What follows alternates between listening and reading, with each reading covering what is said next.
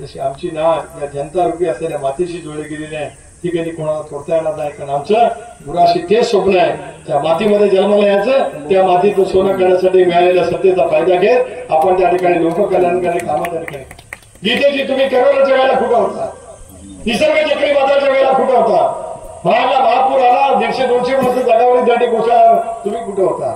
तुम्हाला प्रश्न विचारल्याच्या नंतर तुम्ही छदमीपणाने असता, लोकांच्या संकटाचा प्रश्न विचारल्यानंतर तुम्ही हसता। बघा तुम्ही त्यांची क्लिप काढून बघा। अरे श्रीकांत तुला कधी पटलं तर पाठवते क्लिप, माझं नको त्याबद्दल चांगलं लिहू, पण ती तर पाठवत क्लिप एकदा काय म्हणतात ते एकदा समजून येतं लोकांना काय पद्धतीने गीते या सगळ्या गोष्टीकडे बघताय। नाहीतर आमच्या डोळ्यातले अश्रू आम्हाला थांबवता येत नव्हते, पण माझ्या लोकांच्या डोळ्यात अश्रू येणार नाही याची खबरदारी आम्ही घेत होतो। खरंच कोणाच्या बद्दल तुम्हाला जे काही बोलायचं असेल ते एका विशिष्ट पातळीवरती त्या ठिकाणी बोला।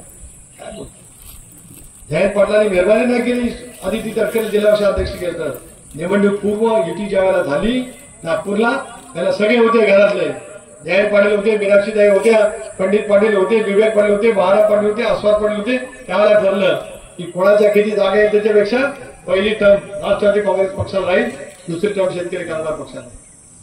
होय मी 7 जागा सोडल्या, जयंत पाटील सिटिंग, आस्वाद पाटील जे का सडेरा मतदारसंघात निवडून आले, माझे जिल्ह्याचे अध्यक्ष मधुकर पाटील त्याला लढले असते आणि मोठ्या मताधिक्याने त्या ठिकाणी निवडाले असते।